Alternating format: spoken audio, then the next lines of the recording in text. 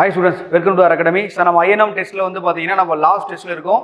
இன்னும் பாத்தீங்கன்னா ஒரு 5 டெஸ்ட்டுக்கான வீடியோஸ் எல்லாத்தையும் நம்ம அப்லோட் பண்ணிருப்போம். அது எல்லாத்தையும் வாட்ச் பண்ணிருப்பீங்க. அது எல்லாமே எக்ஸாம் பாயிண்ட் ஆஃப்ல கேட்கக்கூடிய நிறைய இம்பார்ட்டன்ட் டேட்டாஸ் நான் சொல்லிருப்பேன். ஓகேங்களா?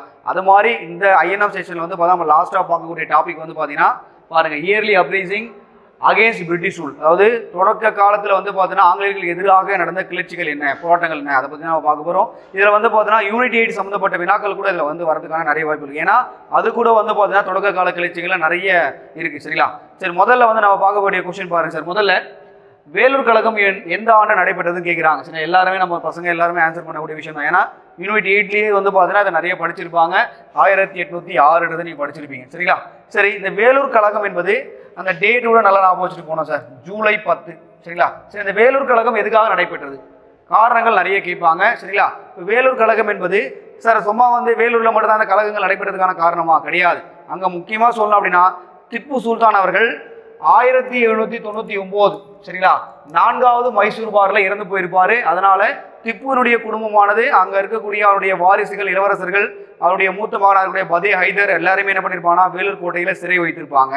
அப்போ திப்புவோட குடும்பம் எங்க இருக்கும் அப்படின்னு பாத்தீங்கன்னா குடும்பம் எங்க இருக்குன்னா வேலூர் கோட்டைக்குள்ள இருக்கும். சரிங்களா? இது மட்டுமா கிடையாது, இன்னும் நிறைய பேர் வந்து பார்த்தா நீங்க 1801 சரிங்களா தென்னிந்திய கிளர்ச்சின்னு படிச்சிருப்பீங்க. அந்த தென்னிந்திய கிளர்ச்சியில் மறு சகோதரர்கள் வந்து பார்த்தீங்கன்னா அங்கே வந்து பார்த்தீங்கன்னா அவர் இறந்து போயிருப்பாங்க, அவங்களை தூக்கில் போட்டிருப்பாங்க 1801 அக்டோபர் 24. அப்போ சிவகங்கையில் இருக்கக்கூடிய ஆட்கள் எல்லாமே என்ன பண்ணியிருப்பாங்கன்னா அங்கே வேலூரை சுற்றி இருக்கக்கூடிய குடியிருப்புகளை வந்து குடியேறி இருப்பாங்க. ஓகேங்களா? வேலை செய்யறதுக்காகவும் இல்லை ஆங்கிலேயர்ல பழி வாங்கிறதுக்காக கூட அவங்க வந்திருப்பாங்க. இது ஒரு காரணமாக நான் சொல்ல முடியும். ஓகேங்களா?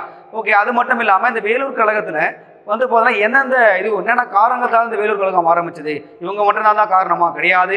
இங்க வந்து பார்த்தீங்கன்னா ஜான் கிரடாக்னு ஒரு கமாண்டர் இருக்கார். அவருடைய பேர் என்னது? John Cradock. இதுதான் வந்து பார்த்தீங்கன்னா ஒரு தலைமை தளபதி. சரிங்களா? தலைமை கமாண்டர், சீஃப் கமாண்டர் சொல்லுவாங்க. இவர் என்ன பண்ண ராணுவத்தை நிறைய முறைகளை வந்து சீர்திருத்தங்களை கொண்டு வராரு. ஓகே, சீரடியை வந்து கொண்டு வராரு. அது மட்டும் இல்லாமல் நம்ம ஆட்கள் வந்து பார்த்தோன்னா அந்த காதணிகளை அணியக்கூடாது, இந்த மாதிரி விஷயங்கள் கொண்டு வராங்க.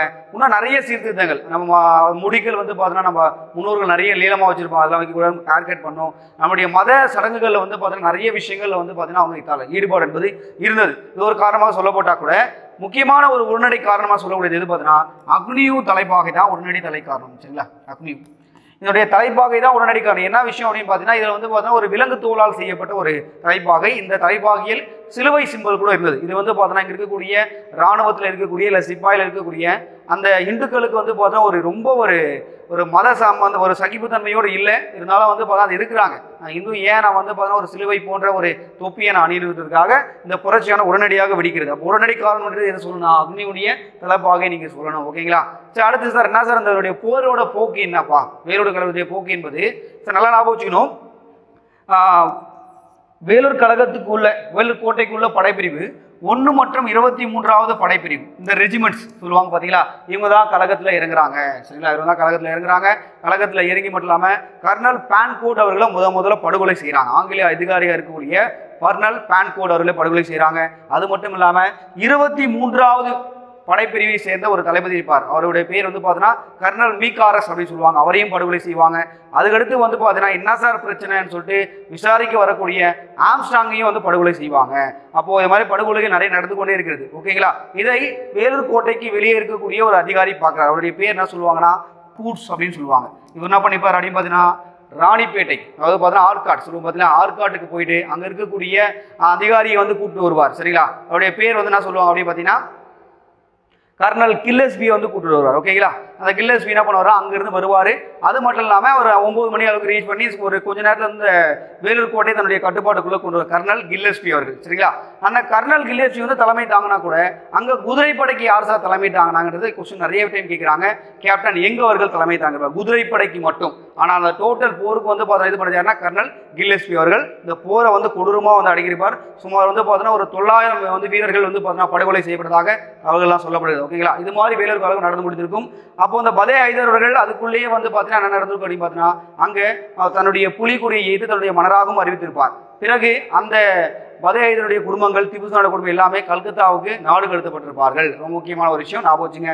அது மட்டும் இல்லாமல் இங்கே கர்னல் கில்லஸ்பிக்கு என்ன பண்ணிருப்பாங்கன்னா வெகுமதியாக 7000 பக்கோடா கூட கொடுத்துருப்பாங்க. ரொம்ப முக்கியமான விஷயம். இந்த போருக்கு காரணமாக இருக்கக்கூடிய ஜான் கிரடாக் அக்னியூ மற்றும் இங்கே தற்போது அங்கே வந்து ஆளுநர் இருக்கக்கூடிய வில்லியம் காமென்ஸ்டிக் பெண்டிங் சரிங்களா காமென்ஸ்டிங் பெண்டிங் கூட என்ன பண்ணியிருப்பாங்கன்னா எல்லாரையுமே பணி நீக்கம் செய்து தன்னுடைய நாட்டுக்கு திரும்ப அழைத்து கொண்டு சென்றிருப்பாங்க. ஓகேங்களா, இது மாதிரி வேலூர் கழகம் நடைபெற்றிருக்கும். ரொம்ப முக்கியமான விஷயம் 1806 சரிங்களா ஜூலை 10 என்பது மறக்கவே கூடாது. ஓகேங்களா சார், நம்ம அடுத்த கொஸ்டின் போயிடுவோமா சார்? நல்லா டீட்டெயிலாக படிச்சுட்டு போங்க சரிங்களா, ஏன்னா யூனிட் 8ம் ஐஎன்எம் வந்து கலந்து தான் வரும். ஓகேங்களா சார், அடுத்த கொஸ்டின் பாருங்க சார். அடுத்து 4ஆம் மைசூர் போருக்கு பிறகு திப்புவினுடைய குடும்பத்தினர் எங்கு சார் சிறை வைத்தாங்க சரிங்களா அப்படின்னு கேட்குறாங்க. சரிங்களா, நல்ல அருமையான ஒரு விஷயம் நான் சொன்னேன். முதல்ல 4வது மைசூர் போர் எப்போ சார் நடந்தது? 1899 நடந்தது. யாருக்கு நடந்தது? அது ரொம்ப முக்கியமான விஷயம் சரிங்களா. திப்புக்கும் யாருக்கு சார் நடந்தது அப்படின்னு பார்த்தீங்கன்னா ஆங்கிலேயர்களுக்கும் நடந்தது. சரிங்களா, இங்கே யார் சார் ஆங்கிலேயர்கள் யார் இருக்கார் அப்படின்னு பார்த்தீங்கன்னா அப்போது வந்து தலைவராக இருக்கக்கூடியவர் யார் அப்படின்னு பார்த்தீங்கன்னா தலைவர்னு சொல்ல முடியாது, நம்முடைய கவர்னர் ஜெனரல் சொல்லுவாங்க. அப்போ வந்து வெல்எல்சி பிரபு இருக்கார். வெல்எல்சி பிரபு தான் இருக்கார். சரிங்களா, அவர் நடக்கிறதுக்கு ஏகப்பட்ட வேலைகள் நடக்குது. சரிங்களா, இந்த இடத்துல சார் நடந்திருக்கும் அப்படின்னு பார்த்தீங்கன்னா திப்பு அவர்கள் வந்து பார்த்தீங்கன்னா சார் இங்கே இருக்கார்.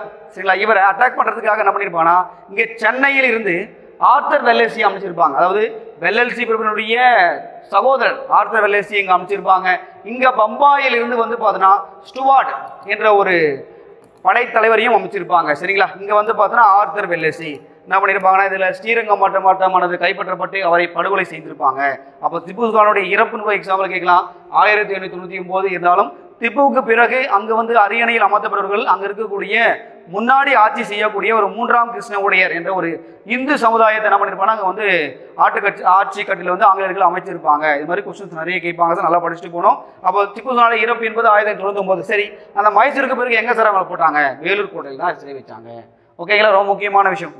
திப்புனுடைய மூத்த மகனாக சொல்லப்படுகிற பதே ஹைதர் அவனுடைய குடும்பங்கள் நிறைய இளவரசர்கள் எல்லாருமே என்ன பண்ணிட்டாங்கன்னா வேலூர் கோட்டையில தான் சிறை வைத்தாங்க. சரிங்களா, ஆன்சர் கீ ஏ. நம்ம அடுத்த கொஸ்டின் போயிடுமா சார்? அடுத்த கொஸ்டின் பாருங்க சார். அடுத்து 1803 சென்னை மாகாண கவர்னராக இருந்தவர் யார் அப்படின்னு கேட்குறாங்க சார். 1803 வந்து பார்த்தீங்கன்னா இருந்தது யார் அப்படின்னு பார்த்தீங்கன்னா நம்முடைய வில்லியம் காமென்ஸ்டிங் பெண்டிங் பிரபு அவர்கள் தான் இருந்திருப்பார்.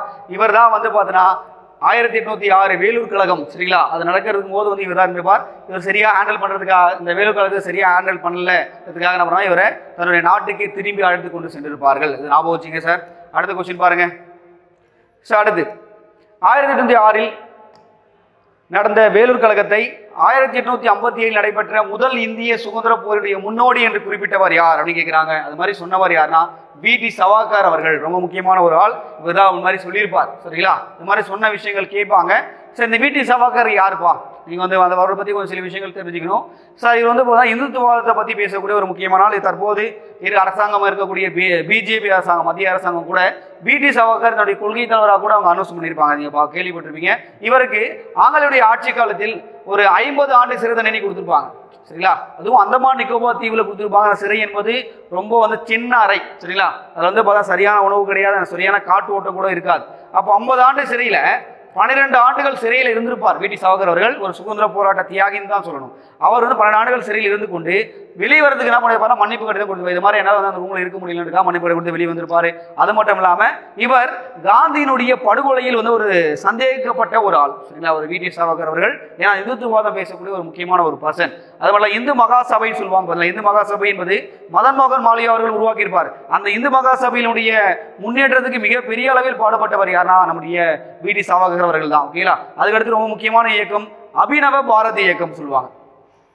அபிநவ பாரத் இயக்கம் அதை தொடங்கியவரும் யார் அப்படின்னு பார்த்தீங்கன்னா நம்முடைய வி.டி. சவாக்கர் அவர்கள்.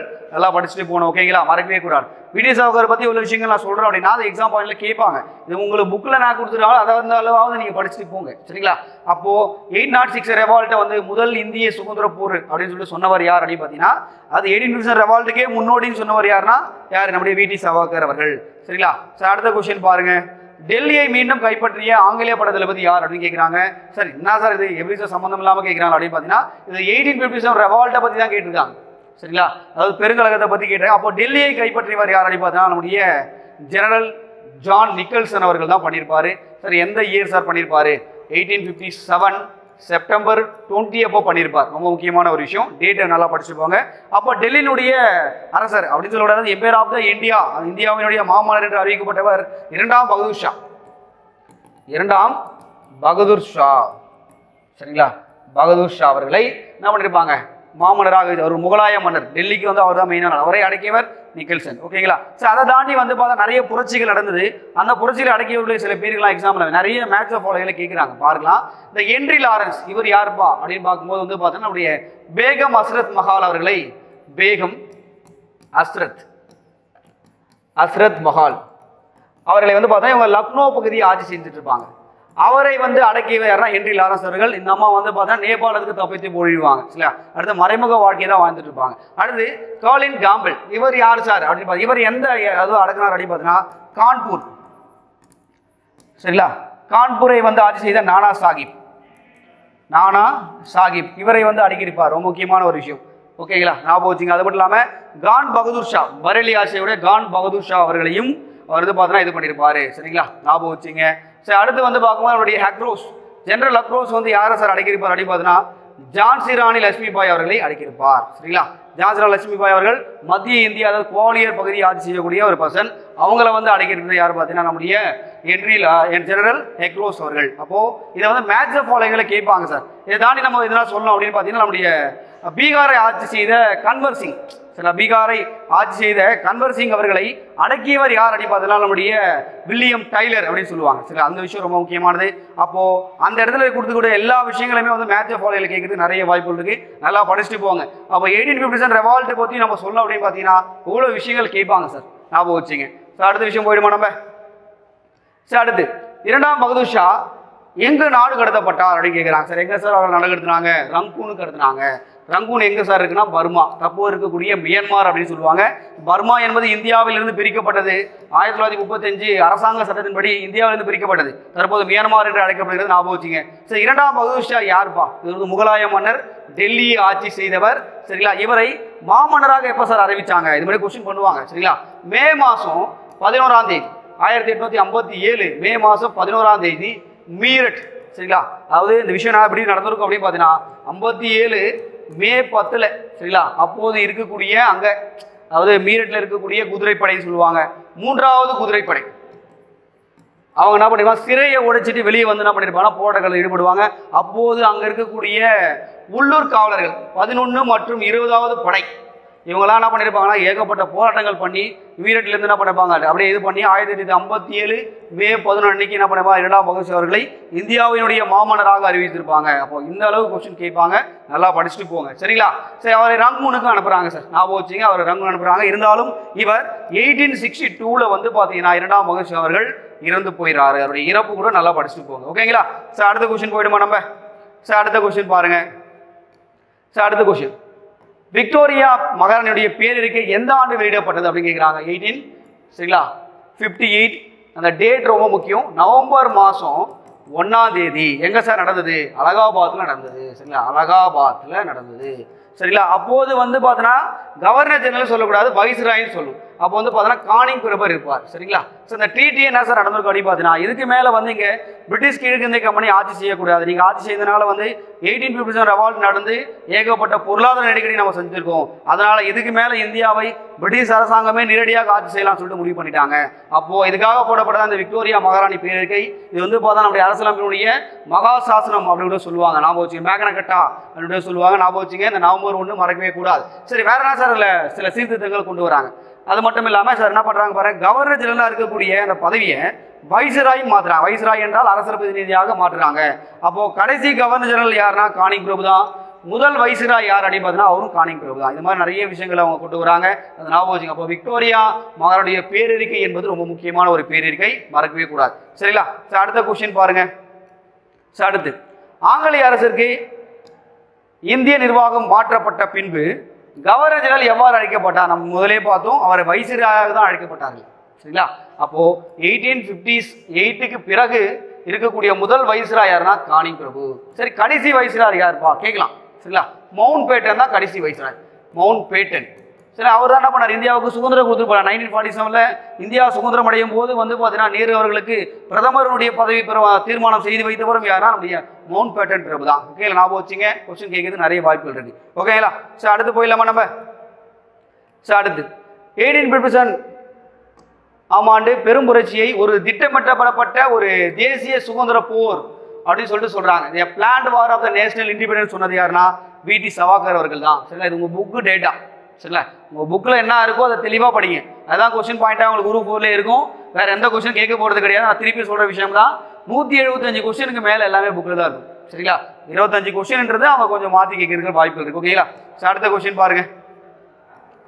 ஸோ அடுத்து, முதல் இந்திய சுதந்திர போர் என்ற நூலை எழுதியவர் யார் அப்படின்னு கேட்கிறார். முதல் இந்திய சுதந்திர போர் நூலை எழுதியவரும் வி.டி. சவாக்கர் அவர்கள் தான் எழுதியிருப்பார். ஓகேங்களா, அது ஞாபகம் வச்சுங்க. Answer key C.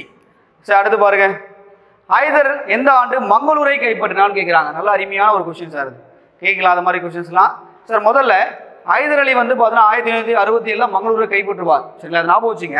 இருந்தாலும் 1767 முதல் 69 வரை முதல் மைசூர் வார் நடக்கும். இந்த மைசூர் வாரில் என்ன சார் நடந்திருக்கும் அப்படின்னு பார்த்தீங்கன்னா, அங்கே ஹைதராபாத் நிசாம் அவர்களும் அங்கே இருக்கக்கூடிய மராத்தியர்கள் அதுக்கடுத்து பார்த்தா ஆங்கிலேயர் எல்லாம் கூட்டணி சேர்ந்து நம்ம ஹைதர் அலியை எதிர்த்திருப்பாங்க. அது மட்டும் இல்லாமல் அவருடைய தளபதியாக சுமித் அவர்களை அனுப்புவாங்க. சரிங்களா, சுமித் ஹைதராபாத் நிசாம் எல்லாமே வருவாங்க. 1760 என்ன பண்ணால் அவங்கள காலி பண்ணிட்டு மங்களூரை வந்து வின் பண்ணிட்டு இருப்பார்.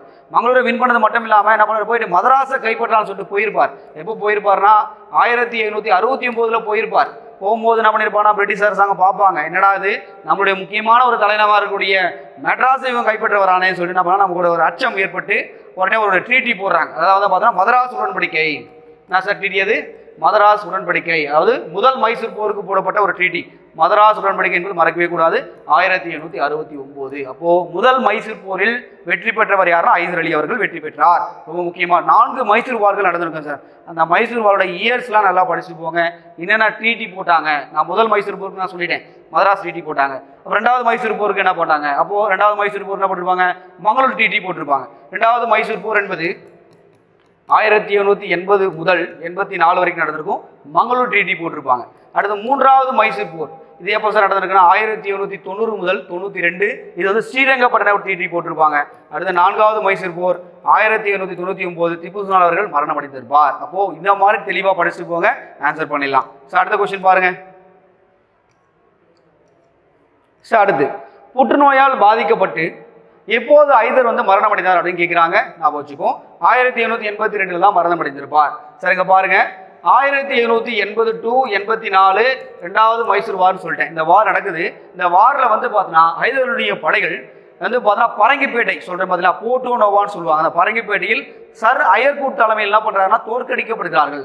சில அப்போ மட்டும் இல்லாமல் சோளிங்கர் சொல்லும்போது அந்த பகுதிகள் எல்லாமே தோற்கடிக்கப்படுகிறார்கள். அப்போ தோற்கடிக்கும் போது வந்து பார்த்தீங்கன்னா அவர் இந்த போரில் வந்து சண்டை போட்டு தோற்று போல. சரிங்களா, அவர் தன்னுடைய உடல்நல பாதிப்பு கேன்சர் நோய் வந்ததுக்காக தான் அவர் இருந்து போயிட்டாரு 1782. அதுக்கு எடுத்து என்ன பண்ணாங்கன்னா அந்த வார எடுத்து நடந்தது யார் அப்படின்னு பார்த்தீங்கன்னா அவருடைய மகன் ஹைதருடைய மகன் திப்பு அவர்கள் எடுத்திருப்பார். சரிங்களா, எல்லாம் படிச்சுட்டு போகணும். அப்போ திப்பு அவர்கள் எடுத்து நடத்தும் போது அந்த போரில் சில உடன்படிக்கைலாம் போட்டுப்பாங்க. இவர் என்ன பண்ணிப்பாருன்னா அந்த போரில் ஈடுபடாமல் அங்களுடைய ஆங்கிலேய தளபதியில் என்ன பண்ணப்பாருன்னா படைத்தலைவர்கள் அரெஸ்ட் பண்ணிட்டு இருப்பார். சரிங்களா, நீ உடனே ரிலீஸ் பண்ணுறப்பா உடனே என்ன பண்ணால் மங்களூர் ட்ரீட்டியை போட்டு அவங்க எல்லாருமே ரிலீஸ் பண்ணியிருப்பாங்க. அது மாதிரி நிறைய விஷயங்கள் நடந்திருக்கும், ஞாபகம் வச்சுங்க. சரி அடுத்து போகலாமா நம்ம. சரி அடுத்து, 3வது மைசூர் போரில் எதன் அருகே திப்பு வந்து தோற்கடிக்கப்பட்டார் அப்படின்னு கேட்குறாங்க. சூப்பரான ஒரு விஷயம் சார். ஸ்ரீரங்கப்பட்டணம் ரொம்ப முக்கியமான ஒரு விஷயம் பார்க்கலாம். 3வது மைசூர் போர் என்பது 90 to 92 நடக்கும். சரிங்களா, அப்போது வந்து கவர்னர் ஜெனரலாக யார் இருப்பாங்கன்னா காரன் வாலிஸ் இருப்பார். காரன் வாலிஸ் அவர்கள் இருப்பார். என்ன சார் விஷயம் நடந்திருக்குன்னு பாருங்களேன். இந்த போர் என்பது ஒரு 3 கட்டமாக நடந்திருக்கும். சரிங்களா, முதல் கட்டமாக என்ன பண்ணுவாங்கன்னா ஆங்கிலேய அரசாங்கம் மேடோஸ் அதாவது மோடோஸ் அப்படின்னு சொல்லுவாங்க, இல்லை மோடோஸ் இல்லை மேடோஸ் இந்த தளபதி அனுப்புவாங்க. இதனால திப்பு சுல்தான் அவர்கள் என்ன பண்ண அந்த மோடோஸை தோற்கடித்து அனுப்புவார். சரிங்களா, உடனே நம்ம என்ன பண்ணுவார் அப்படின்னு பார்த்தீங்கன்னா காரன் வாலிஸ் என்ன பண்ண இதுக்கு மேலே வந்து பார்த்தீங்கன்னா திப்பு விட்டா வேலைக்கு ஆகாது, நம்ம டைரெக்டாக களத்தில் அறியன்னு சொல்லி இறங்கி அங்கே வந்து ஸ்ரீரங்கப்பட்டணம் என்பதுதான் திப்புனுடைய தலைநகரம், அதை அழிக்கணும் என்றால் என்ன பண்ணணும் அப்படின்னு பார்த்தீங்கன்னா அங்கே இருக்கக்கூடிய மலைக்கோட்டைகள் சொல்லுவாங்க பார்த்தீங்களா, அதை எல்லாத்தையுமே வந்து காரன் வாலிஸ் கைப்பற்ற பிறகு 3வது கட்டமாக தான் ஸ்ரீரங்கப்பட்டணத்தை கைப்பற்ற போவார். உடனே என்ன பண்ணுவாங்க, ஸ்ரீரங்கப்பட்டணம் ட்ரீட்டி போட்டுட்டு நிறைய விஷயங்கள் பண்ணுவாங்க. போரினுடைய இழப்பு தொகையாக 3.6 கோடி கொடுத்துருப்பார். யாரு? திப்பு அவர்கள் கொடுத்துருப்பார், ஆங்கிலேய அரசாங்கம் கொடுத்துருப்பார். 2 மகன்களை பிணை கைதிலாக கூட வைத்திருப்பாங்க. இது மாதிரி ஒரு நெருக்கடியான நிலைக்கு வந்து பார்த்தீங்கன்னா திப்பு அவர்கள் வந்து பார்த்தீங்கன்னா அனுப்பப்பட்டிருப்பார். அப்போது அவர் வந்து 3வது மைசூர் போரில் எதன் அருகில் தோற்கடிக்கப்பட்டார்னா ஸ்ரீரங்கப்பட்டணம். அது மட்டும் இல்லை திப்புவினுடைய தலைநகரமே ஸ்ரீரங்கப்பட்டணம் தான், மறக்கவே கூடாது. ஓகேங்களா, அடுத்த கொஸ்டின் பார்ப்பா. ஸோ அடுத்து, திப்புனுடைய மகன்கள் வேலூர் கிளர்ச்சிக்கு பிறகு எங்கு அனுப்பப்பட்டார்கள்? சூப்பரான ஒரு கொஸ்டின் சார். அவர்கள் கல்கத்தாவுக்கு அனுப்பப்பட்டார்கள். சரிங்களா, திபெத்திய மகர்கள் எல்லாருமே எங்கே அமைச்சாங்க? கல்கத்தாவுக்கு தான் அமைச்சாங்க. ஓகேங்களா? அடுத்த கொஸ்டின் பாருங்க. Okay, super. பழங்குடியினுடைய கிளர்ச்சிகள் பற்றி கேட்டிருக்காங்க, ட்ரைபல்ஸ் பற்றி கேட்டிருக்காங்க. பார்க்கலாம். முண்டாக்கள் எந்த பகுதியில் முக்கியத்துவம் வாழ்ந்த பழங்குடிகள் அப்படின்னு கேட்குறாங்க. சார் முண்டாக்கள் வந்து பார்த்தீங்கன்னா நம்முடைய புக்கில் வந்து ராஞ்சி அப்படின்னு கொடுத்துருக்காங்க. சரிங்களா? ராஞ்சி. சில ராஞ்சி என்றால் எங்கே சார் இருக்குது? ராஞ்சி என்பது எங்கே இருக்குது அப்படின்னு பார்த்தீங்கன்னா நம்முடைய ஜார்க்கண்ட் தலைநகரம் ராஞ்சி தான். அதான் நீங்கள் சொன்னோம். சில டேட்டா படி என்ன சொல்லுவாங்கன்னா அவங்க வந்து பீகார்லேயும் பரவி இருந்தாங்க, இது மாதிரிலாம் கொடுத்துருப்பாங்க. இருந்தாலும் ராஞ்சி அதெல்லாம் முக்கியமாக நம்ம சொல்லணும். ஜார்க்கண்ட் அதாவது பீகார்லேருந்து பிரிக்கப்பட்டது தான் வந்து பார்த்தீங்கன்னா ஜார்க்கண்டே. அப்போ ரெண்டுத்தையுமே நம்ம சொல்லலாம். ரெண்டுத்தையுமே கொஞ்சம் தெரிஞ்சு வச்சுங்க. ஆனால் நம்ம புக்கு டேட்டா படி நம்ம சொல்லணும் ராஞ்சி தான் நம்ம சொல்லணும். ஓகேங்களா? சரி, இந்த முண்டாக்கல் கிளர்ச்சி என்பது உலுகுலன் கிளர்ச்சி அப்படின்னு சொல்லுவாங்க. உலுகுலன் கிளர்ச்சி சொல்லுவாங்க. அந்த மக்கள் எந்த சார் விவசாயம் குண்டை கட்டி, அதாவது கூட்டா சேர்ந்து விவசாயம் பண்ணுறதுனா சொல்லுவாங்க குண்டை கட்டி அப்படின்னு சொல்லுவாங்க. ஒரு கூட்டு சொத்துன்னு சொல்லுவாங்க. அங்கே இருக்கக்கூடிய மக்கள் எல்லாருமே சேர்ந்து ஒன்றா விவசாயம் பண்ண கூட்டு இது மாதிரி விவசாயங்கள் பண்ணிட்டு இருக்காங்க. இந்த முண்டாக்கள் வந்து அங்கே இருக்கக்கூடிய அதிக வட்டிக்கு பணம் கொடுப்பவர்கள், ஜமீன்கள், மகாஜன்கள் இவங்களால வந்து நிறைய சுரண்டப்படுகிறார்கள். அந்த மட்டும் அந்த நிலத்தை விட்டு வெளியே தள்ள பிளான் பண்ணுறாங்க. அப்போ தான் வந்து கிளர்ச்சியில் இருக்கிறாங்க. அப்போ வந்தவர் யாருன்னா நம்முடைய ஹெட்டாக வர்றது யாருன்னா பிர்சா முண்டா அவர்கள் வராரு. இவர் பிர்சா முண்டா அவர்கள் சொல்கிறார், இவர் வந்து நான் தன்னுடைய என்ன எப்படி பிரகடனம் பண்ணுறாரு பாருங்களேன். இவர் வந்து பார்த்தீங்கன்னா நான் வந்து ஒரு இறை தூதர்னு சொல்கிறார். மெசேஞ்சர் ஆஃப் த காட் அப்படிங்கிறத சொல்கிறார். அப்போது நான் தான் வந்து பார்த்தீங்கன்னா கடவுள், நான் சொல்கிறதான் நீங்கள் கேட்குறேன். நிறைய குறிகள் சொல்கிறாரு, நிறைய இரவு கூட்டுகள் போடுறாரு, எல்லா மக்களையும் ஒன்று சேர்க்கிறாரு. ஒன்று சேர்த்து என்ன பண்ணால் போராட்டங்கள் நடக்குது. முதல் போராட்டம் என்பது 1889 கிறிஸ்மஸ் அன்னைக்கு நடக்குது. சரிங்களா? கிறிஸ்மஸ் வந்து எப்போ சொல்லுவாங்க? டிசம்பர் 25 அன்னைக்கு வரைக்கும் நடக்குது. அந்த போராட்டங்கள் நடக்குது. நிறைய அரசாங்க அலுவலகங்கள் வந்து சூறையாடப்பட, காவல்துறை அதிகாரிகள்லாம் பல தாக்குதல் பண்ணுறாங்க, ஜமீன்தார் மேலாம் தாக்குதல் பண்ணுறாங்க. பிறகு 1900 இந்த காலகட்டத்தில் பிர்சா முண்டா அதான் தலைவர், இவர் என்ன பண்ணுறாங்கன்னா கைது பண்ணி சிறையில் போடுறாங்க. அவர் சிறையிலே உயிர் நீக்கிறார். இவர் பிப்ரவரி மாதம் சிறையில் போடுவாங்க. ஜூன் மாதமே 1900 இது பண்ணிடுவாங்க. அந்த முண்டா கிளர்ச்சி எப்போ சார் ஒடுக்கிட்டாங்க. இருந்தாலும் ஒரு சட்டத்தை கொண்டு வராங்க சார். 1908 ஒரு சட்டம் கொண்டு வரப்படுகிறது. அந்த சட்டத்துடைய பேர் என்ன சொல்லுவாங்க அப்படி பார்த்தீங்கன்னா சோட்டா நாக்பூர் குத்தகை சட்டம் அப்படின்னு சொல்லுவாங்க. இந்த குத்தகை சட்டத்தின்படி அங்கே இருக்கக்கூடிய ட்ரைபல்ஸ் மட்டும் தான் வந்து பார்த்தா அந்த நிலத்தை வந்து பார்த்தீங்கன்னா பயிர் செய்ய முடியும். வேற பழங்குடியினர் மக்கள் சொல்லும் போது அவங்க அல்லாத மக்கள் யாருமே அந்த நிலத்துக்குள்ளே வர முடியாதுன்னு சொல்லிட்டு ஒரு சட்டம் கொண்டு வரப்படுகிறது. ரொம்ப முக்கியமான ஒரு சட்டம் 1908 சோட்டா நாக்பூர் குத்தகை சட்டம், மறக்கவே கூடாது. ஓகேங்களா? சார் அடுத்த கொஸ்டின் பாருங்க சார். அடுத்து மாப்பிளா கழகம் நடைபெற்ற இடம் கேட்குறாங்க. மாப்பிளா கழகம் எங்கே நடைபெற்றதுன்னா கேரளா மலபாரில் நடந்தது. இந்த இயர் ரொம்ப முக்கியம், 1921. சார் எதுக்காக சார் இங்கே நடந்தது? சரி, மாப்பிளாக்கெல்லாம் யார்? இந்த மோப்லான்னு சொல்லுவாங்க. இவங்களாம் யார் அப்படின்னு பார்த்தீங்கன்னா இவர்கள் முஸ்லீம்கள். சரிங்களா? முஸ்லீம்கள். அதாவது அந்த காலகட்டத்தில் அரேபியர்கள் சொல்லும் பார்த்தீங்கன்னா அரேபியர்கள் எல்லாருமே என்ன பண்ணியிருப்பாங்கன்னா கேரளாவுக்கு வந்து அங்கே வணிகம் பண்ணுறதுக்காக வந்திருப்பாங்க. வணிகம் பண்ணுறது மட்டும் வந்து இல்லாமல் இங்கே இருக்கக்கூடிய இந்து பெண்களை கல்யாணம் பண்ண ஒரு மாப்பிள்ளா கூட மாறிட்டு போயிட்டு இருப்பாங்க. சரிங்களா? அப்போது இவங்களுக்கும் என்ன சார் பிரச்சனை அப்படின்னு பார்த்தா இவங்க எல்லாமே என்ன பண்ணலாம் முஸ்லீம்களாக மாறிட்டாங்க. சரிங்களா? அரேபியர்கள் வந்து மாப்பிள்ளைகள் தான், இந்தியர்கள் தான். ஆனால் அவங்க எல்லாருமே விவசாயம் செய்யக்கூடிய நிலைமைக்கு தள்ளப்பட்டார்கள். சரிங்களா? வணிகம் செய்யறதுக்காக வந்தால் விவசாயம் செஞ்சுட்டு இருக்காங்க. அப்போது அந்த டைமில் இங்கே இருக்கக்கூடிய இந்துக்கள்லாம் சொல்லுவாங்கன்னா ஒரு ஜென்மின்ஸ் அப்படின்னு சொல்லுவாங்க. இந்துக்கள்லாம் சொல்லுவாங்க ஜென்மின்ஸ், அதாவது இவங்க தான் ஜமீன்தார்கள் மாதிரி இருந்திருக்காங்க. அப்போது இவங்களுக்குமே இந்துக்களுக்கும் முஸ்லீம்களுக்கும் அது ஒரு கலரமாகவே மாறி போச்சு. முதல்ல விவசாயிகளுக்கும் ஜமீன்தார்கள் தான் அந்த பிரச்சனையே. ஆனால் என்ன கடைசியில் எப்படி கலரை மாறி போச்சு பாருங்க, முஸ்லீம்களுக்கும் இந்துக்களும் சொல்லிட்டு கலரவே மாறி போச்சு. தான் மாப்பிளா கழகம் சொல்லுவாங்க. 1921 மலபாரில் நடைபெற்றது. ஞாபகம் வச்சுங்க சார். அடுத்த கொஸ்டின் போகலாமா நம்ம? சார் அடுத்த கொஸ்டின் பாருங்க. ஒரு காலவரிசைப்படுத்தி கேட்டாங்க. இது மாதிரி கொஸ்டின் தான் திருப்பி கேட்குறாங்க. பார்க்கலாம். ஏஎஸ் தெரியும் நம்மளுக்கு பார்க்கலாம். முதல்ல மாப்பிள்ளை கழகம் 1921 பார்த்தோம். சரிங்களா? அடுத்து தக்கான கழகம் 1875. சரிங்களா? தக்கான கழகம் என்பது பூனாவில் நடந்திருக்கும். சில பூனால 30 இல்லை 33 சில 2 புக்கில் 2 டேட்டா கொடுத்துருக்காங்க சார், படிச்சிங்க. அதுவும் சுபா என்ற கிராமத்தில் தான் அந்த விஷயம் நடந்திருக்கும். ஞாபகம் வச்சுங்க. தக்கான கழகம் 1875. வங்காள இண்டிகோ பயிரிடுவோர் கழகம், இண்டிகோ தான் கேட்குறாங்க, 1859 to 60 நடந்திருக்கும். சரிங்களா? அடுத்து சாந்தால் கழகம் 1855 to 56 நடந்திருக்கும். அப்போ நம்ம மேட்ச் பண்ணும்போது என்ன சார் வரும் பாருங்க, முதல்ல 1855 தான் வரணும். அப்புறம் 4, 3, 2, 1. ஓகேங்களா? ஆன்சருக்கு ஏதான் வரணும். சரி, ஞாபகம் வச்சுங்க. சரி, வங்காளம் இந்த இண்டிகோ பயிரிடர் சங்கம் சொல்கிற மாதிரி இந்த ரியஸ் நல்லா படிச்சுப்போங்க. சாந்தால் கழகம் ரொம்ப முக்கியமான ஒரு கழகம். இதில் முதல்ல வந்து பார்த்தீங்கன்னா பீர் சிங் அவர்கள் தலைமை தாங்கியிருப்பார். பிறகு சித்து மற்றும் கனு அவர்கள் கூட தலைமை தாங்கியிருப்பாங்க. இதில் வந்து பார்த்தா ஒரு 25,000க்கும் மேற்பட்ட சாந்தால்கள் வந்து கொல்லப்பட்டிருப்பார்கள். இதில் சாந்தால் என்பது ஒரு தனியே பர்கானாவாக கூட அறிவிக்கப்பட்டிருக்கும். ஞாபகம் வச்சுங்க. சரிங்களா? சார் அடுத்து இந்த இண்டிகோ பயிரிடுவோர் கழகம் சார், இது என்ன சார் பண்ணுவாங்க அப்படின்னு பார்த்தீங்கன்னா நம்முடைய கேட்பாங்க. அதில் வந்து பார்த்தா அந்த நீல் தர்பன் நாடகம் சரிங்களா, இண்டிகோ அதனுடைய கண்ணாடின்னு கூட சொல்லுவாங்க சரிங்களா. அப்போது அந்த நீல் தர்பன் நாடகம் வந்து பார்த்தீங்கன்னா யார், தீனபந்து மிஸ்ரா வந்து பண்ணார், அந்த விஷயம் கேட்பாங்க. நல்லா படிச்சுட்டு போங்க, தீனபந்து மிஸ்ரா அவர்கள் ஞாபகம் வச்சுங்க. ஓகேங்களா. ஸோ அடுத்த கொஸ்டின் போருங்க. ஸோ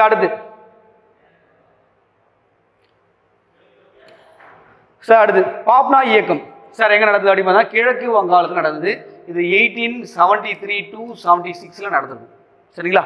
ஸோ அடுத்து மாப்ளா கழகம் வந்து பார்த்தா நம்முடைய மலபார் தான் கேரளாவில் 1921 சரிங்களா. இது 1 இது 2 சரிங்களா. இப்போ வந்து பார்த்தோன்னா 2, 4 அப்படி மாதிரி எதுனா இருக்கா, 2, 4 2 ஆப்ஷன் இருக்குது. தக்கான கழகம் மகாராஷ்டிரா பூனால. அப்போ 2, 4, 1, 3 தான் வரும் சரிங்களா. பத்தோலி என்பது குஜராத் சரிங்களா. ஆன்சருக்கு நான் பத்தோலி சத்தியாகிரகம் என்பது 1929 சரிங்களா. 29, 30 கூட சொல்லுவாங்க. 28 அங்கே இருக்கக்கூடிய மக்களுக்கு 30% அதிகமான வரி விதிக்கப்பட்டதால் அங்கே இருக்கக்கூடிய விவசாயிகள் பாதிக்கப்பட்டாங்க. இந்த பத்தோலை சத்தியாகிரகத்தில் பங்கு பெற்ற ஒரு முக்கியமான ஒரு ஆள் பார்த்தா இந்தியாவினுடைய இரும்பு மனிதன் என்று அழைக்கப்படக்கூடிய சர்தார் வல்லபாய் பட்டேல் அவர்கள் தலைமை தாங்கி, அது மட்டும் அவங்களுடைய விவசாயிகள் நிலையம் எல்லாமே பறிக்கப்பட்டது மட்டும் கிடையாது, அந்த விவசாயிகள் ரொம்ப துன்புறுத்தல் பண்ணியிருப்பாங்க. கடைசியில் அந்த நிலங்கள் எல்லாமே காங்கிரஸ் அரசாங்கம் ஆட்சிக்கு வந்த பிறகு தான் என்ன பண்ணியிருப்பாங்கன்னா பத்தோலியில் இருக்கக்கூடிய விவசாயிகள் எல்லாத்தையுமே அங்கே வந்து கொடுத்துருப்பாங்க. அந்த நிலங்கள் எல்லாமே காங்கிரஸ் ஆட்சிக்கு வந்த பிறகு மீண்டும் அந்த நிலங்களை விவசாயிகளுக்கு கொடுத்துருப்பாங்க. ஞாபகம் வச்சுங்க சார். அடுத்து போமா நம்ம சார். அடுத்து சாந்தால் கழகம் எப்பப்பா நடந்தது, திருப்பி பார்த்துட்டோம், இருந்தாலும் சில விஷயங்கள் பார்ப்போம். சாந்தால் கழகம் சரிங்களா 1855, மாப்ளா கழகம் சரிங்களா 2, வைசாக் கழகம் அப்படின்னு கொடுத்துருக்காங்க சரிங்களா. வைசாக் கழகம் என்பது 1923 சரிங்களா 3. அடுத்து பர்தோலி என்பது 1929. இதை மேட்ச் பண்ணும்போது நம்மளாம் சொல்ல பாருங்க 4, 3, 1, 2. Answer key C. ஓகேங்களா. சார் அடுத்த கொஸ்டின் பாருங்க. சார் அடுத்து கிளர்ச்சியில் ஈடுபட்ட தலைவர்கள் எந்தெந்த பகுதிகள் சார் கேட்டிருக்காங்க பாருங்க. நம்ம முதலே இந்த விஷயத்தை பற்றி நம்ம பேசிட்டோம், பட் இருந்தாலும் பார்க்கலாம் என்ன பண்ணுறாங்கன்னு பார்க்கலாம். மேட்ச் பண்ணுவோமா. ஃபர்ஸ்ட் டெல்லி, 2ஆம் மகரிஷி அவர்கள் சரிங்களா. அடுத்து மத்திய இந்தியா ஜான்சி ராணி லட்சுமி பாய் அவர்கள். அடுத்து லக்னோ வந்து பேகம் ஹசரத் மஹால். கான்பூர் யார்ப்பா, தாந்தியோ தோப்புன்னு கொடுக்குறா. தாந்தியோ தோப்பு யார் அடி பார்த்தா நானா சாஹிப்பினுடைய படைத்தலைமை தான் அவர் சரிங்களா. அப்போ ஆன்சருக்கு வந்து பார்க்கும்போது நம்மளால வரும் பாருங்க 4, 3, 1, 2 வரணும் சரிங்களா. அப்போ ஆன்சருக்கு வந்து பார்த்தீங்கன்னா பி தான் வரும். ஞாபகம் வச்சுங்க. சரி, இந்த தாந்தியோ தோப்பு என்ன சார் பண்ணுவார் அப்படின்னு பார்த்தீங்கன்னா நானா சாஹிப் கூட தான் இருப்பார். தப்பிச்சு போய் என்ன பண்ணால் மத்திய இந்தியாவுக்கு வந்திருப்பார். மத்திய இந்தியாவுக்கு வந்து ஜான்சி ராணி லட்சுமி பாய் கொஞ்சம் சில சப்போர்ட்டுகள்லாம் பண்ணியிருந்தா கூட கடைசியில் வந்து பார்த்தீங்கன்னா அவரும் வந்து கொண்டுட்டு இருப்பாங்க. அவர் தூங்கிட்டு இருக்கும் போதே கொண்டுட்டு இருப்பாங்களாம். இந்த மாதிரிலாம் புக்கில் கொடுத்துருக்காங்க, படிச்சிங்க ஓகேங்களா. அடுத்த கொஸ்டின் பாருங்க.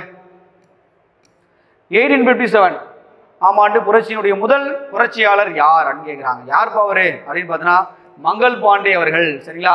1857 புரட்சி என்பது எங்கே சார், பராக்பூரில் ஆரம்பிச்சது. பராக்பூர் எங்கேப்பா இருக்குது, வங்காளத்தில் இருக்குது. மங்கள் பாண்டே அவர்கள் 1857 அவர்கள் மார்ச் மாதம் சரிங்களா 29ஆம் தேதி என்ன சார் நடந்திருக்கும் அப்படின்னு பார்த்தா 1857 அவார்டு முக்கியமான காரணமே அந்த என்ஃபீல்டு சரிங்களா அப்படின்னு சொல்லுவாங்க. அந்த கேட்ரிஜ், அந்த வெடிகுண்டு கேட்ரிஜ் ஓப்பன் பண்ணுறதுல வந்து பார்த்தீங்கன்னா பசு மற்றும் பன்றியோட கொழுப்பு இருக்குன்றது ஒரு ரூமர் வந்து பரப்பியிருப்பாங்க. இருந்தாலும் அது உண்மையா பொய்யான்றதுக்குள்ள நம்ம ஆராய்ச்சிக்குள்ள போவேன்னா, பசு என்பது இந்துக்களுடைய புனித விலங்காகவும் பன்றி இறைச்சியை வந்து முஸ்லீம்கள் சாப்பிட மாட்டாங்க, நல்ல எதிர்ப்புகள் கிளம்புது. அப்போ அந்த பொதி உரை சொல்லுவாங்க பார்த்தீங்கன்னா அந்த கேட்ரிஜை வாயில் கடிச்சா ஓப்பன் பண்ணமே. அப்போ ஓப்பன் பண்ணும்போது வந்து பார்த்தா அந்த பசுவோட கொழுப்பு இருக்கிறதுக்காக மங்கள் பாண்டே அவர்கள் என்ன பண்ணியிருப்பாங்க, தன்னுடைய ஆங்கில அதிகாரியாக ஐரோப்பிய அதிகாரியை சுட்டு கொண்டிருப்பார். வந்து பார்த்தீங்கன்னா ஒரு பிராமண குடும்பத்தை சேர்ந்த ஒரு மங்கள் பாண்டே அவர்கள். இவர் என்ன பண்ணியிருப்பாங்க, சுட்டு கொன்றது மட்டும் இல்லாமல் அங்கே வந்து பார்த்தா விசாரணைகள் பண்ணியிருப்பாங்க. விசாரணைகள் பண்ணி கடைசியில் நீதிமன்றம் கொண்டு போய் அவர் தூக்கில் போட்டிருப்பாங்க. அப்போ முதல் பொறி என்பது எங்கே சார் நடந்தால் பராக்பூர், மறக்கவே கூடாது. ஓகேங்களா. அடுத்த கொஸ்டின் பாருங்க சார். அடுத்து சார் திருப்பி வந்து என்ன பண்ணிட்டாங்கன்னா இந்த கொஸ்டின்ஸ் வந்து எங்கே இந்த பகுதிகளில் இருந்துருக்காங்க. நான் அதான் சொன்னால பார்த்தீங்களா, முதலே படிக்க சொன்ன அந்த விஷயத்தை அதை திருப்பி கொடுத்துருக்கோம் பாருங்க. கான் பகதூர் சார், கான் பகதூர் எங்கே சார் இருந்தார் அப்படின்னு பார்த்தீங்கன்னா கான் பகதூர் வந்து பார்த்தீங்கன்னா நம்முடைய பரேலியில் இருந்தார். அடுத்து குன்வர் சிங் கொடுத்துருக்காங்க. குன்வர் சிங் அவர்கள் பீகார். அடுத்து பேகம் ஹசரத் மஹால் லக்னோ சரிங்களா, லக்னோ. அடுத்து நானா சாஹிப் அவர்கள் கான்பூர். அப்போ ஆன்சருக்கு வந்து பார்க்கும்போது நம்மளே வருது 4, 3, 1, 2 சரிங்களா. நான் சார் நிறைய ஆன்சருக்கு இதே வருதுன்னு நினச்சிக்காதீங்க, நல்லா படிச்சுட்டு போங்க ஓகேங்களா. அடுத்த கொஸ்டின் பாருங்க சார். அடுத்து வீரபாண்டிய கட்டபொம்மனுடைய காலத்தின் போது இந்தியாவுடைய கவர்னர் ஜெனரலாக இருந்தது யாருப்பா? என்னடா இது நம்மளுக்கு ஒரு ட்விஸ்ட் வச்சுட்டாங்களே அப்படின்னு பார்த்தீங்கன்னா, வீரபாண்டிய கட்டபொம்மனுடைய காலம் என்பது அவருடைய காலத்தில் வெள்ளெழுச்சி விரும்பு தான் இருந்துப்பார். என்ன விஷயம் நடந்திருக்குன்னு பாருங்க. வீரபாண்டிய கட்டபொம்மன் அவர்கள் 1899 அக்டோபர் மாதம் 16, 17 சில புக்கில் 16ல தூக்கில் போட்டான்னு கொடுத்துருப்பாங்க சரிங்களா. கயத்தார் கோட்டையில் புளிய மரத்தில் தூக்கில் போட்டான்னு கொடுத்துருப்பாங்க. இந்த 1799 தானே 4வது மைசூர் போர் நடந்தது. அந்த 4வது மைசூர் போரில் வந்து திப்பு சுல்தான் அவர்கள் இருந்திருப்பார். அப்போ வெள்ளெழுதி பெறுவது அவர்கள் தான் கவர்னர் ஜெனரலாக இருந்திருப்பாரு. ஓகேங்களா, அப்படி ஞாபகம் வச்சுங்க, இந்த விஷயமே ஞாபகம் வச்சுங்க. ஓகேங்களா, அடுத்த கொஸ்டின் போயிடுவோம் நம்ம. அடுத்து கட்டபொம்மனுடைய அமைச்சராக இருந்தவர் யார் அப்படின்னு கேட்கிறேன். கட்டபொம்மனுடைய அமைச்சராக இருந்தது யாருப்பா? சிவசுப்பிரமணிய பிள்ளை தான். இவரை நாகலாபுரம் என்ற இடத்துல தூக்கில் போட்டிருப்பாங்க. இதெல்லாம் இதில் யூனிட் 8லேயே படிச்சிருப்போம் சார். இதனால திருப்பி கொஞ்சம் ரீகால் பண்ணுறதுக்காக சொல்கிறேன், ஞாபகம் வச்சுங்க. செப்டம்பர் 13 1799 தான் சிவசுப்பிரமணிய பிள்ளை அவர்கள் கட்டபொம்மனுடைய அமைச்சராக இருந்தவர். ஊமதுரையும் சிவத்தையாவும் வந்து பார்த்தீங்கன்னா அவருடைய தம்பிகள், வீரபாண்டிய கட்டபொம்மனுடைய தம்பிகள் அவர்கள் சரிங்களா. அடுத்த கொஸ்டின் பாருங்க. அடுத்து எந்த போருக்கு பிறகு ஆங்கிலேய கம்பெனி ஒரு அரசியல் சக்தியாக மாறியதுன்னு கேட்குறாங்க. ரொம்ப சூப்பரான ஒரு கொஸ்டின் சார். இது பார்த்தீங்கன்னா பிளாசி போர் மற்றும் பக்சார் போருக்கு பிறகு தான் அவங்க மாறினாங்க. பிளாசி போர் என்பது 1757 நடந்திருக்கும், நம்ம பின்னாடி பார்க்க போகிறோம். 1764 பக்சார் போர் நடந்திருக்கும் சரிங்களா. அது இந்த கர்நாடகா வார்ஸ், இந்த மைசூர் வார், என்னுடைய இயர்கள்லாம் நல்லா படிச்சுட்டு போங்க சார். ஆனால் பிளாசி போர் பக்சார் போருக்கு பிறகு தான் அவனுடைய அரசியல் அதிகாரம் என்பது இந்தியாவில் நிலைநிறுத்தப்பட்டது. ஓகேங்களா, அடுத்த கொஸ்டின் பாருங்க. அடுத்து பிளாசி போர் பற்றி நான் கேட்டேன்னு சொன்னேன், அதை பற்றி நம்ம டீட்டெயிலாக சொல்லலாம். பிளாசி போர் எந்த ஆண்டு நடைபெற்றதுன்னு கேட்குறாங்க. பிளாசி போர் என்பது 1857 நடைபெற்றது. யாருக்கு சார் நடைபெற்றது? சிராஜ் உத் தௌலா. சிராஜ் உத் தௌலா அவருக்கும் நம்முடைய ராபர்ட் கிளைவ், அதாவது ஆற்காட்டு வீரர் என்று அழைக்கக்கூடிய ராபர்ட் கிளைவுக்கும் நடைபெற்றது. இந்த போரில் ராபர்ட் கிளைவ் அவர்கள் வெற்றி பெற்றிருப்பார், சிராஜ் உத் அவர்கள் கொல்லப்பட்டிருப்பார். பிறகு மீர் ஜாபர் அவர்கள் அரியணை ஏறியிருப்பார். யாரு மீர் ஜாபர்? யார் அப்படின்னு பார்த்தீங்கன்னா இந்த சிராஜ் உத் தௌலாவுடைய மாமா. இதெல்லாம் வந்து பார்த்தா நான் சொல்லுவேன்னா சில புக்கில் சித்தப்பான்னு கொடுத்துருப்பாங்க, ஞாபகம் வச்சுங்க. ஏன்னா முஸ்லீமுடைய முறை என்பதே வந்து வேற மாதிரி இருக்கும் சரிங்களா. அதனால மீர் ஜாபர் அவர்கள் படை தளபதி. இதனுடைய ஹெல்பின் மூலமாக தான் வந்து பார்த்தா ராபர்ட் கிளைவை வின் பண்ணி இருப்பார். ஓகேங்களா, இங்கே சதி செய்திருப்பார் மீர் ஜாபர் அவர்கள். சிராஜ் தௌலா அவர்கள் 1757 வந்து கொல்லப்பட்டிருப்பார். அப்பயே வந்து அதிகாரம் என்பது வந்திருக்கும். ஓகேங்களா, அடுத்து நம்ம போயிடுவோமா? அடுத்து பக்சார் போரை பற்றி கொடுத்துருக்காங்க, பார்க்கலாம் சார். பக்சார் போர் என்பது எப்போ சார் நடைபெற்றது? 1864. ஓகேங்களா, யார் யாருக்கு நடைபெற்றது? இதான் நம்ம கொஸ்டின் பாயிண்டா இருக்கும் சரிங்களா. சரி, முதல்ல இது வந்து பார்த்தீங்கன்னா ஆங்கிலேயருக்கு நடைபெற்றது தான். இங்கே மீர் காசிம் வருவார், மீர் காசிம். ஓகேங்களா, அதுக்கடுத்து வந்து பார்த்தீங்கன்னா சுஜா உத் தௌலா. சுஜா உத் தௌலா இவர் யாருப்பா? அயோத்தி. இவர் அயோத்தி. அடுத்து டெல்லியில் இருக்கக்கூடிய 2ஆம் ஷா ஆலம், இது வந்து முகலாய அரசர் 2ஆம் ஷா ஆலம். இவங்க 3 பேரும் சேர்ந்து என்ன பண்ணுவாங்கன்னா ஆங்கிலேயர்கள் எதிர்ப்பாங்க சரிங்களா. ஆங்கிலேயர் இருக்கும்போது ஆங்கிலேயர்கள் வின் பண்ணிட்டு இருப்பாங்க. ஹெக்டர் மன்ரோ தலைமையில் நடந்திருக்கும். ஹெக்டர் மன்ரோ தலைமையில் நடந்திருக்கும். அந்த ஹெக்டர் மன்ரோ என்ன பண்ணிருப்பாருன்னா இவங்க 3 பேருமே அடிச்சு காலி பண்ணிருப்பார். உடனே என்ன பண்ண, அந்த போரில் மீர் காசிம் அவர்கள் கொல்லப்பட்டிருப்பார். மீண்டும் மீர் ஜாபருக்கு அரியணை கொடுக்கப்பட்டிருக்கும், ஞாபகம் வச்சு. இருந்தாலும் இதுக்கான ட்ரீட்டி கேட்பாங்க சார். பக்சார் போருக்கான ட்ரீட்டி 1865 அலகாபாத் ட்ரீட்டி, அலகாபாத் உடன்படிக்கை போற்றப்பட்டிருக்கும். பிறகு என்ன பண்ணியிருப்பாருன்னா ராபர்ட் கிளைவ் அவர்கள் வங்காளத்தில் இரட்டை ஆட்சி முறையை வந்து கொண்டு வந்திருப்பார். இரட்டை ஆட்சி முறையை ஒழித்தவர்னா வாரணாசியை சொல்லணும். இரட்டை ஆட்சி முறையை முதலில் கொண்டு வந்தவர் ராபர்ட் கிளைவ் அவர்கள், ஞாபகம் வச்சுங்க சார். அடுத்த கொஸ்டின் போயிடுவோம் நம்ம. அடுத்து மேற்கு பாளையம் யாருடைய கண்ட்ரோல் இருந்து கேட்குறாங்க சார். மேற்கு பாளையம் என்றால் வந்து நம்மளுடைய புலிதேவருடைய கண்ட்ரோல் தான் இருந்திருக்கும் சரிங்களா. கிழக்கு பாளையம்னா நம்முடைய வீரபாண்டிய கட்டபொம்மன், இவர் வந்து கிழக்கு சரிங்களா. அவர் வெஸ்ட், இவர் ஈஸ்ட். ஓகேங்களா, அடுத்த கொஸ்டின் பாருங்க. அடுத்து மருது பாண்டியர் எந்த பகுதியை ஆட்சி செய்தார்னு கேட்குறான். மருது பாண்டியவர்கள் சிவகங்கை ஆட்சி செய்தார். சிவகங்கை தான் ஆட்சி செய்தார். என்ன சார் விஷயம் நடந்திருக்கும் அப்படின்னு பார்த்தா, சிவகங்கையை ஆட்சி செய்தவர் யார்? முத்துவடுகநாதர் அவர்கள் தான். முத்துவடுகநாதனுடைய அமைச்சர்களாக இருந்தவர்கள் தான் யாருன்னா சின்ன மருது, பெரிய மருது. அவர் இறந்து போன பிறகு அதுக்கடுத்து பார்த்தா வேலுநாச்சியார் அந்த பகுதியை கைப்பற்ற பிறகு அந்த மாதிரி இறந்து போனவர்கள் என்ன பண்ணாங்கன்னா அந்த மருது பாண்டியர்கள் இந்த இது பண்ணிட்டு இருப்பாங்க சரிங்களா. கேப்சர் பண்ணிட்டு அவங்க என்ன பண்ணா ஆட்சி கேப்சர் பண்ணுறது இல்லை, அவங்க போனதுக்கு அப்புறமா சிவகங்கையை மீட்டு அந்த பகுதியை ஆட்சி பண்ணிட்டு இருப்பாங்க. நல்லா ஞாபகம் வச்சுங்க சார். இல்லை, இந்த மருது பாண்டியர்கள் 1801 அக்டோபர் 24 அன்னைக்கு ராமநாதபுரம் மாவட்டத்தில் திருப்பத்தூர் கோட்டையில் தூக்கில் போட்டிருப்பாங்க. இது யூனிட் 8 நான் படிச்சிருப்போம். கொஸ்டின் திருப்பி கேட்கறதுக்கு வாய்ப்பு இருக்கு. ஓகேங்களா, ரீகால் பண்ணுறதுக்காக ஞாபகம் வச்சுங்க. அப்போ சிவகங்கை ஆட்சி செய்தவர்கள்லாம் யாருப்பா? மருது பாண்டியர்கள். ஆனால் அவங்க புக்கில் என்ன சார் கொடுத்துருப்பாங்க? இவங்களுடைய தலைமையிடம் இது சிறுவயல். அவருடைய தலைமையிடம் என்பது சிறுவயல். ஓகேங்களா, நல்லா ஞாபகம் வச்சுங்க சார். அடுத்த கொஸ்டின் போயிடுமா நம்ம. அடுத்து நம்ம வந்து பார்க்கலாம். ஓகே, முத்துவடுகநாதர் எந்த போரில் கொல்லப்பட்டார் அப்படின்னு கேட்குறாங்க. சூப்பரான ஒரு கொஸ்டின் சார். அவர் வந்து காளியார் கோவில் போரில் தான் கொல்லப்பட்டார் சரிங்களா. காளியார் கோவில் போர். இந்த காளியார் கோவில் போர் வந்து பார்த்தீங்கன்னா யாருக்கு சார் நடக்கும் அப்படின்னு பார்த்தீங்கன்னா அப்போது ஆற்காடு நவாப்பும் கர்னல் பான்ஜூர் சரிங்களா. யார் அவரு? கர்னல், அவர் ஒரு ஆங்கிலேயர். கர்னல் வேன் ஜோர். இவரெல்லாம் என்ன பண்ணியிருப்பாருன்னா இவரும் ஆர்கனாவெல்லாம் சேர்ந்து காளியார் கோவிலில் போர் நடக்கும். 1872 போர் நடக்கும். இந்த போரில் முத்து வடுகநாதர் யாருடைய வந்து பார்த்தீங்கன்னா கணவர், இவர் வேலுநாச்சியாருடைய கணவர், அவர் கொல்லப்பட்டிருப்பார். கொல்லப்பட்டது பிறகு பார்த்தீங்கன்னா 1872 பிறகு 8 ஆண்டுகள் வந்து பார்த்தீங்கன்னா தவம் இருந்து 1880 மீண்டும் இந்த காளியார் கோவில் கைப்பற்றப்படும், சிவகங்கை மீண்டும் மீட்கப்பட்டிருக்கும். ரொம்ப முக்கியமான ஒரு விஷயம். ஓகேங்களா? அப்போ இந்த டாபிக்கை நம்ம பார்க்கும்போது யூனிட் 8ஐயும் ஐஎன்எம்மையும் கலந்து தான் வந்து பார்த்தீங்கன்னா கொஸ்டின்லேயே கேட்பாங்க. ஓகேங்களா? நிறைய இயர்ஸ் நல்லா படிங்க. அப்போது ஐஎன்எம் பொறுத்த வரைக்குமே இயர்ஸ் கம்பல்சரி பார்த்தா ஒரு கொஸ்டின் கால வரிசைப்படுத்துக்க கேட்பாங்க. டோட்டலாக வந்து 6 வீடியோஸ் பண்ணியிருக்கும். சரி, அந்த 6 வீடியோவும் ஐஎன்எம்மில் இருக்கக்கூடிய எல்லாத்தையுமே கொஞ்சம் தெளிவாக நோட் பண்ணி வைங்க. இதே மாதிரி நீங்கள் நோட் பண்ணி வைங்க. கண்டிப்பாக எக்ஸாமில் கொஸ்டின்ஸ் கேட்பாங்க. ஓகேங்களா? ஐஎன்எம்மில் வந்து பார்த்தீங்கன்னா சில விஷயங்கள் புக்கில் இருந்து சில விஷயங்கள் வெளியே கேட்கறதுக்கு வாய்ப்புகள் இருக்குது. நீங்கள் முதல்ல படிக்கக்கூடிய விஷயங்கள் பாருங்களேன். 10th புக்கு, சரிங்களா? 8th book sir, sorry 8th book 10th book, இதில் தான் முதல்ல ஐஎன்எம்மே இருக்குது. இதை முதல்ல படிக்க போகிறேன். அடுத்து என்ன பண்ண போகிறேன்னா +2 புக்கில் இருக்கக்கூடிய ஃபர்ஸ்ட் வால்யூம் இதை படிக்க போகிறேன். சரிங்களா? முதல்ல 8th 10th புக்கை படி. முதல்ல +2 புக்கு டைரெக்டாக எடுத்துனா உனக்கு வசனங்களே புரியாது. ஓகேங்களா?